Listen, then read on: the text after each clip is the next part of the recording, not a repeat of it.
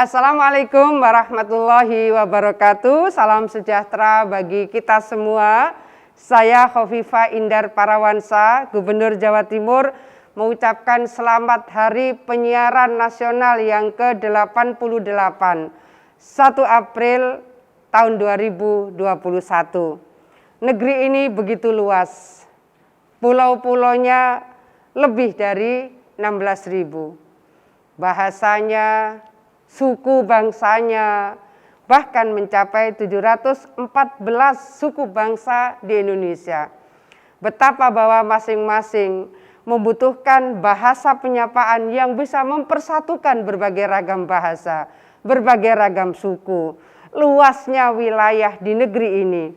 Maka penyiaran bagi bangsa Indonesia menjadi perekat persatuan dan kesatuan yang luar biasa. Seluruh lembaga penyiaran di negeri ini punya kontribusi yang signifikan untuk menjaga persatuan dan kesatuan bangsa. Penyiaran sebagai pendorong kebangkitan ekonomi pasca pandemi adalah sesuatu yang sangat inspiratif.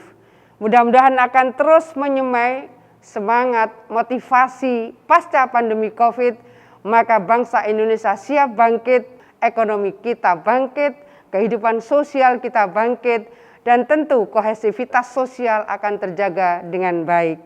Terima kasih seluruh lembaga penyiaran di negeri ini.